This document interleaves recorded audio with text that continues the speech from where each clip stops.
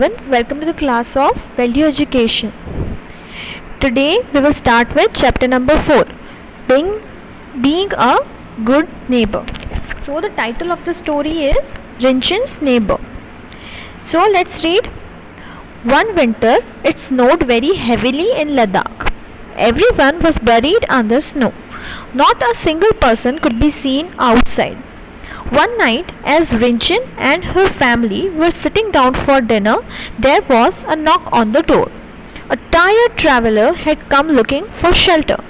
The family invited him to join them for dinner.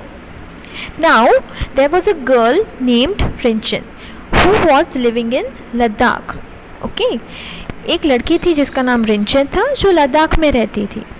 अब there was winter season and it was snowing very heavily, right?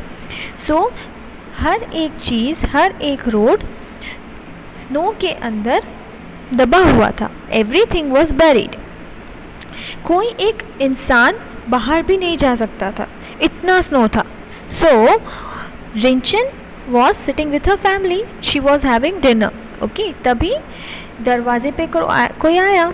So they invited that traveller for dinner. उन्होंने उस traveller को जो कि उनके घर पे आया था, जिन्होंने नॉक किया, उसे उन लोगों ने घर पे इनवाइट किया कि आप आइए and join with us for having dinner. हमारे साथ बैठकर खाना खाइए.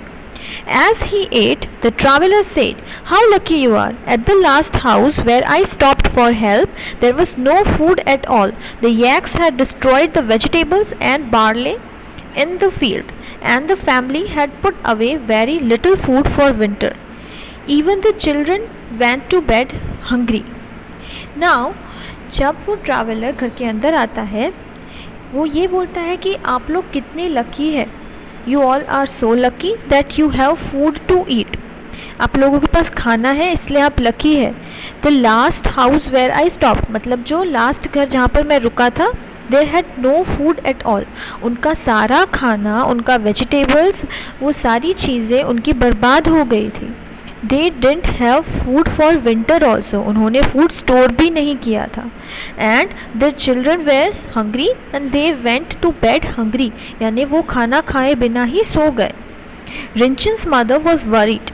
What will they eat? She asked. The market isn't open when it snows and the shops have no fresh food. Rinchin's father and the traveler nodded. Rinchen की जो mummy थी, उन्हें चिंता हो गई कि वो लोग खाएंगे क्या. ऐसे पूछा उन्होंने. Because market is not open. जब स्नोफॉल होता है तो मार्केट नहीं खुलता है and shop doesn't have fresh food. So she asked that what they will ईट. तो रिंचिन के फादर और ट्रैवलर ने भी नोट किया कि हाँ, व्हाट दे विल ईट.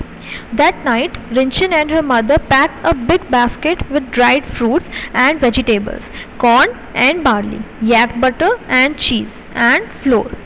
उस रात को रिंचन और उसके मम्मा ने बड़े से बास्केट में fruits, vegetables, corn, barley, butter, cheese और आटा, ये सारी चीज़ें पैक कर दी. Rinchin's mother asked the traveler where the other house was. "It is far away," said the traveler. "You will have to walk several kilometers and all the roads are covered in snow." Rinchen की मम्मा ने traveller से पूछा कि वो जो घर जिसकी आप बात कर रहे थे, where the people were hungry, वो कहाँ है. तो ट्रैवलर ने कहा that it is far away, वो तो बहुत दूर है, आपको बहुत ज़्यादा किलोमीटर्स चलने पड़ेंगे एंड ऑल्सो यहाँ के जो रोड है उसमें तो स्नोफॉल हुआ है. That is all right, said Rinchin's father. "How can we eat in peace when a neighbor goes hungry?" Rinchen के पिताजी कहते हैं कि कोई बात नहीं, हम कैसे आराम से सो सकते हैं या खा सकते हैं जबकि हमारे पड़ोसी हैं वो भूखे हैं. Neighbor? The traveler was surprised. They live so far away that it will take you a day to reach them. It does not matter. However far they live, they are still our neighbors, Rinchin's mother said. तो जो traveller है वो कहता है कि neighbour कैसे, वो तो आपसे इतनी दूर रहते हैं कि आपको अगर चल के जाएंगे तो आपको एक दिन लग जाएगा. तो रिंचिन की मम्मा कहती है कि इससे कोई फ़र्क नहीं पड़ता, हमसे दूर रहते हैं या नज़दीक रहते हैं, they are still our neighbours, वो फिर भी हमारे पड़ोसी हैं. So a neighbour should always help the other neighbour. So इस मेंटेलिटी से Rinchan's mother and father helped their neighbor who was living far away. So you should always help people and you should always be a good neighbor, right? So that will be all for today. That is the end of the story. Thank you.